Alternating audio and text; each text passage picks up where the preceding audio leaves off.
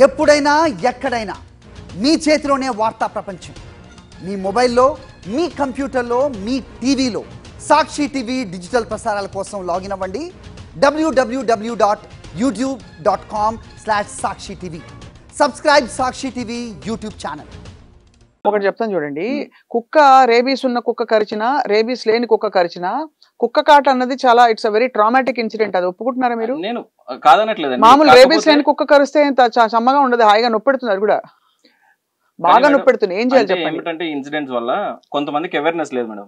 ఎందుకంటే dog bite అనేది అది కావాలని జరిగిందా లేకుంటే అనుకోకుండా జరిగిందా అనేది పక్కకు పెడితే వాటికి డాగ్ అనేది తెలియదు. నిజంగా ఇట్లా వీళ్ళకి కరవాలి, వీళ్ళకి ఇది పాస్ చేయాలని వాటికి కూడా తెలియదు. కొంతమందికి అవేర్నెస్ లేదు. ఏమవుతుందంటే కుక్క కాట అయిన తర్వాత చాలా మంది నెగ్లెక్ట్ చేస్తారు మేడం. నేను పర్సనల్ గా ఒక స్ట్రీట్ డాగ్స్ ఇష్యూ ఉంటే అక్కడికి వెళ్ళి మాట్లాడడానికి, కమ్యూనిటీలో అవేర్నెస్ స్ప్రెడ్ చేయడం, కానీ చందానగర్ తాండంకి వెళ్ళా. అక్కడ డాగ్ బైట్ అయిన ఆమె వ్యాక్సిన్ కూడా తీసుకోలేదు మేడం. లిటరలీ ఎందుకు తీసుకోలేదు అని అడిగితే మాకు తెలియదు అంటున్నారు యాంటీ రేబీస్ గురించి. నేను పర్సనల్ గా ఆటో బుక్ చేసి ఆమెని మన బొరబండలో ఉన్న హాస్పిటల్కి పంపించా. వాడు బతికారు కదా. ఎటువంటి ఇష్యూ కాదు మేడం. డాగ్ బైట్ ఇట్లా ఎంత మందినని మీరు ఒక్కొక్కళ్ళని తీసుకెళ్లి ఎట్లా చేస్తారు అసలు? మేడం గవర్నమెంట్ నుంచి అవేర్నెస్ కూడా స్ప్రెడ్ చేయండి. Awareness that is a different issue. ఇప్పుడు ఇందాక నేను చెప్తున్నది ఏంటంటే, వాళ్ళు జంతువుల్ని వేరే కంట్రీస్ లో వాళ్ళు పెంచుకుంటారు, ఇక్కడ వీటిని పెంచుకోరంటే, ఓవరాల్ గా చూస్తే పెట్ డాగ్స్ 33% ఉంటే 55% ఈ స్ట్రే డాగ్సే ఉన్నాయండి. ఇంకోటి ఏంటంటే, ఎప్పుడైతే పెట్ డాగ్స్ కనుక అబండన్ అవుతుందో అవి మళ్ళీ స్ట్రే డాగ్స్ పాపులేషన్ ఇంకా పెరుగుతుంటది. సో దీనివల్ల ఏమైందంటే మనకి ఎప్పుడు డేంజరే. అది స్ట్రే డాగ్స్ అనేది ఎప్పుడు డేంజర్, రిస్కే అది. ఇప్పుడు సపోజ్ చిన్న ఎగ్జాంపుల్ చెప్తామండి. డాగ్ ఏంటంటే దానికి ఏం తెలియదు, ఎవరిని ఎప్పుడు కలవాలి ఏం తెలియదు, రోడ్డు మీద ఇష్టం వచ్చినట్టు పరిగెత్తుంటది. దాని సేఫ్టీ కోసం కూడా ఆలోచించి దిస్ ద రైట్. ఇప్పుడు డాగ్స్ పరిగెత్తుంటాయండి రోడ్డు మీద, గబాల కార్ కింద పడితే ఎవరు రెస్పాన్సిబుల్ అండి? కార్ సడన్ బ్రేక్ వేసుకోవాలా? బైక్స్ మీద ఎమ్మడి పడుతూ ఉంటాయి.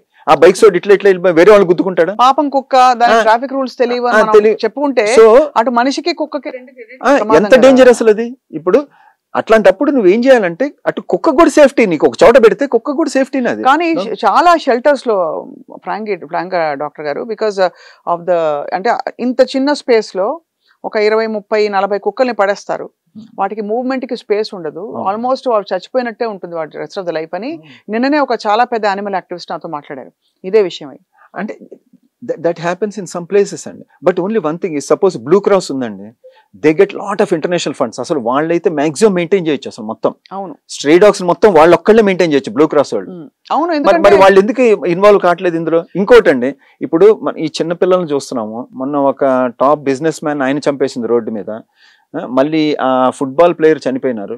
వీళ్ళందరూ చనిపోతున్నప్పుడు అప్పుడు వీళ్ళు ఎందుకు మాట్లాడట్లేదు? అరే డాగ్స్ ఇట్లా చేస్తేనే మనం ఏం చేయాలనేది వాళ్ళు ఆ రోజు వచ్చి ఎందుకు మాట్లాడట్లేదు వాళ్ళు? అది ఇప్పుడు ఈ డాగ్స్ ని ఇట్లా మనం ఆపుతుంటే, అరే డాగ్స్ ని మీరు ఇట్లా చేస్తున్నారు అంటున్నారు. డాగ్స్ ని చేయటం కాదు, దాని వల్ల ఎంత హాని జరుగుతుందని అదాలో. ఓవర్ పాపులేషన్ ఒకటి. తర్వాత ఏవైతే ఎన్జిఓస్ గురించి అంటున్నారో, మేము పీపుల్ ఫర్ యానిమల్స్ అనే సంస్థ నుంచి కొన్ని ఇయర్స్ నుంచి సండే అడాప్షన్ డ్రైవ్స్ పెడుతున్నాం. అది కాక వరల్డ్ జూనోసిస్ డే కి తర్వాత ఇంకా వేరే ఏదైనా సరే, ఏదైనా ఒక రెస్టర్న్ వెల్ఫేర్ అసోసియేషన్ టైప్ అయ్యి వాళ్ళ దగ్గర ఉన్న కమ్యూనిటీలో డాగ్స్ అన్నిటికి వ్యాక్సినేషన్ చేయడము, అక్కడ ఉన్న వాటికి యానిమల్ బర్త్ కంట్రోల్ ప్రోగ్రామ్ చేయడము, తర్వాత ఏదైనా యాక్సిడెంట్స్ లో ఏదైనా డాగ్స్ బయట బాధపడుతుంటే వాటి గురించి అని తీసుకెళ్లి మేము ట్రీట్మెంట్స్ ఇచ్చి రిలీజ్ చేయడము.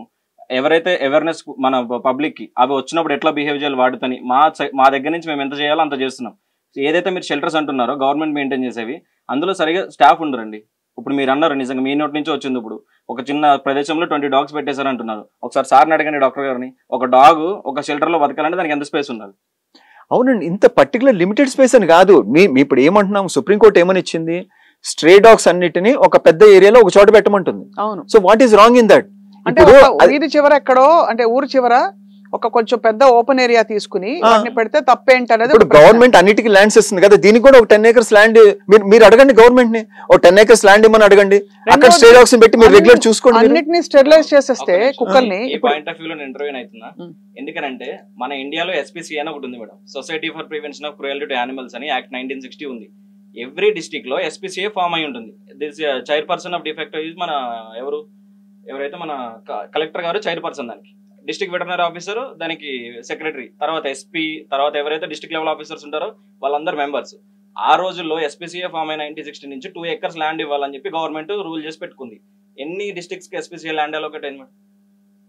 అవును అది దాన్ని తప్పకుండా అవి పర్సూ చేయాల్సిన విషయాలు. మరి మేము ఫైట్ చేస్తున్నాం దాని గురించి. ఎస్పీసీఏ ల్యాండ్ ఎందుకు ఇవ్వట్లేదు? అది అక్కడ యానిమల్స్ కి అక్కడ ఆ ఎస్పీసీఏ మెయిన్ మోటివ్ ఏంటంటే ఇటువంటి ఓవర్ పాపులేషన్ కాకుండా ఏమైనా డాగ్ బైట్స్ అయినా లేకపోతే యానిమల్స్ ఏదైనా ఇంజురీ అయి బాధపడినా తీసుకెళ్లి ట్రీట్మెంట్ ఇవ్వాలి, ఆ షెల్టర్స్ లో పెట్టాలి అని. అసలు ల్యాండ్ అలొకేట్ చేయట్లేదు. ఇంకా దాని గురించి ఏమంటారు? అప్పుడు వచ్చిన రూల్స్ ఇంకా ఇంప్లిమెంట్ కాలేదు. ఇప్పుడు ఆబ్వియస్లీ సుప్రీం కోర్టు ఇలా చెప్పిందంటే ల్యాండ్ ఇమ్మని అర్థం.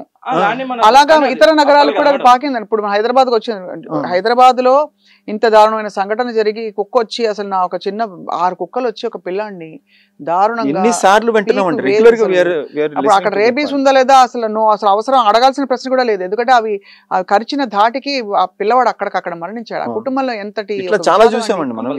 నేను పర్సనల్ గా పోయి వాళ్ళతో కూడా మాట్లాడాను. దమ్మాయి కూడా ఇన్సిడెంట్ ఒకటి, అంబర్పేట ఇన్సిడెంట్ కంపల్సరీ మాట్లాడు. ఎందుకంటే అది అనుకోకుండా జరిగిందా కావాలని జరిగిందా అయితే మనం చెప్పలేం మేడం. కంపల్సరీ. ఎందుకంటే నేను ఒక మనిషిని, నాకు బాధ ఉంటుంది, నాకు హ్యాపీనెస్ ఉంటుంది, అన్నీ ఉంటాయి. నేను మనిషిగానే ఫీల్ అవుతా. కాకపోతే ఏంటంటే వాటి గురించి కూడా ఆలోచించండి అని చెప్పేసి మా ప్రయత్నం అనమాట.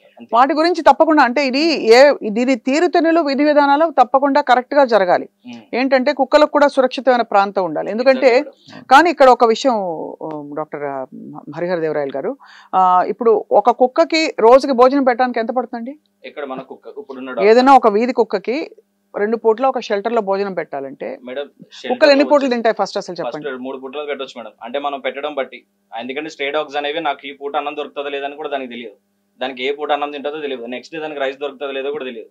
సో ఇప్పుడు ఎవరైతే హైదరాబాద్ లో ఉన్నారో చాలా మంది ఫీడింగ్ చేస్తున్నారు, వాళ్ళని కూడా అబ్జెక్ట్ చేస్తున్నారు. అదే వాళ్ళని కూడా అబ్జెక్ట్ చేస్తున్నారు, ఎందుకంటే వాటికి అలవాటు అయిపోయి అవి చుట్టూ ఉండిపోతాయని. అవును. సో అలాంటి తరుణంలో ఏం చేయాలంటే మేడం, అన్నిటి చోట్ల పెట్టనివ్వకుండా వాళ్ళతో మాట్లాడి, ఎందుకంటే కొన్ని జోన్స్ ఉండాలి, చేస్తారు, సౌర్స్ ఉంటది, వాళ్ళతో మీకు చాలా హెల్ప్ అవుతుంది. ఎన్ని డాగ్స్ ఉన్నాయని తెలుస్తుంది, ఏ దానికి వ్యాక్సినేషన్ అయింది, ఏ దానికి పిల్లలు పట్టుకుని ఉంటాయి, ఎన్ని ఆడ కుక్కలు ఉన్నాయి, ఎన్ని మగ కుక్కలు ఉన్నాయని చాలా సోర్స్ ఆఫ్ డేటా ఉంటది వాళ్ళ దగ్గర. వాళ్ళతో మాట్లాడి మన కమ్యూనిటీని చాలా ప్రొటెక్ట్ చేసుకోవచ్చు. కానీ వాళ్ళనే మనం ఇబ్బంది పెడుతున్నాం. వాళ్ళని ఇబ్బంది పెట్టకూడదు ఖచ్చితంగా, ఎందుకంటే దీనికి ఒక పరిష్కారం అయితే కావాలి. ఇప్పుడు కుక్కకు ఒక రోజుకు 50 రూపాయలు అవుతుందా? యాక్చువల్లీ ఏంటంటే మేడం, బయట పిడిగ్రీ తినవు మేడం. అవి మ్యాక్స్ రైస్ తింటే జంక్ ఫుడ్ ఎక్కువ అలవాటు. సో వేస్ట్ మేనేజ్మెంట్ కాబట్టి మన దగ్గర చాలా తక్కువ గార్బేజ్ లోకి వెళ్ళి తినేస్తాయి. మ్యాక్స్ 250 to 300 grams కంటే ఎక్కువ తినదు ఒక్క పూట. అదే ఎంత ఖర్చు అవుతుంది? ఒక ఉజ్జాయింపుగా చెప్తున్నా, ఉజ్జాయింపుగా ఒక 60-70 రూపీస్ అనుకోండి మేడం. ఒక 60-70 రూపాయలు రోజు కంటే మనకి 1,00,000 కుక్కలు ఫీడ్ చేసినప్పుడు 10 లక్షలు తీసేయండి. 1,00,000 కుక్కలకి ఒక పూట అదే రోజుకి ఎంత అవుతుందని అడుగుతున్నా. రోజుకి 100 రూపాయలు పైన అవుతుంది మేడం. ఎందుకంటే మెయింటెనెన్స్ ఉంటుంది వాటిది. దానికి మళ్ళీ ఒక స్టాఫ్ ని హైర్ చేయాలి, పెట్టుకోవాలి. కాబట్టి ఇవన్నీ ఖర్చులు ఎవరు భరిస్తారని ఫైనలీ మన టాక్స్ పేయర్స్ మనీ పోతుంది. ఎగ్జాక్ట్లీ. గవర్నమెంట్ షెల్టర్ అంటే తప్పకుండా మనం కట్టే ట్యాక్స్ నుంచి తీసుకుంటారా డబ్బులు? అవునండి. ఇప్పుడు ఒకటి government will provide the land. ఎవరైతే నేను అంటుంది ఏంటంటే ఈ ఆర్గనైజేషన్స్ ఉన్నాయో, ఇప్పుడు బ్లూ క్రాస్ పెద్ద పెద్ద ఆర్గనైజేషన్స్ కానీ వీళ్ళంటే ఆర్గనైజేషన్స్ కానీ they can start feeding the dogs there. అక్కడే చేసుకోవచ్చు వాళ్ళు. ఆల్సో ఈ హోటల్స్ లో ఎక్సెస్ వేస్ట్ అయిపోయినవన్నీ కూడా they can start sending the food to that place. Actually ఇప్పుడు ఎంత ఫుడ్ వేస్ట్ అయిపోతుందండి పెళ్లిళ్లలో, వీటిల్లో వాటిలో. ఆ సిస్టమ్, ఆ మోడ్ ఆఫ్ థింకింగ్ రాలేదు ఇంకా మనకి. Exactly madam. మీరు చాలా ఫ్యూచర్ గురించి ఆలోచిస్తున్నారు, కానీ ఇక్కడ గురించి మన వాళ్ళైతే అంతా చేసేటట్లేదు. ఏం లేదు, ఇంట్లో మిగిలిపోయిన అన్నం రోడ్డు మీద పడేస్తున్నారు మేడం. అక్కడ దాకా తీసుకెళ్లి ఇస్తారనేది యాక్చువల్లీ మీ ఆలోచన చాలా మంచిది, చేయొచ్చు అట్లా.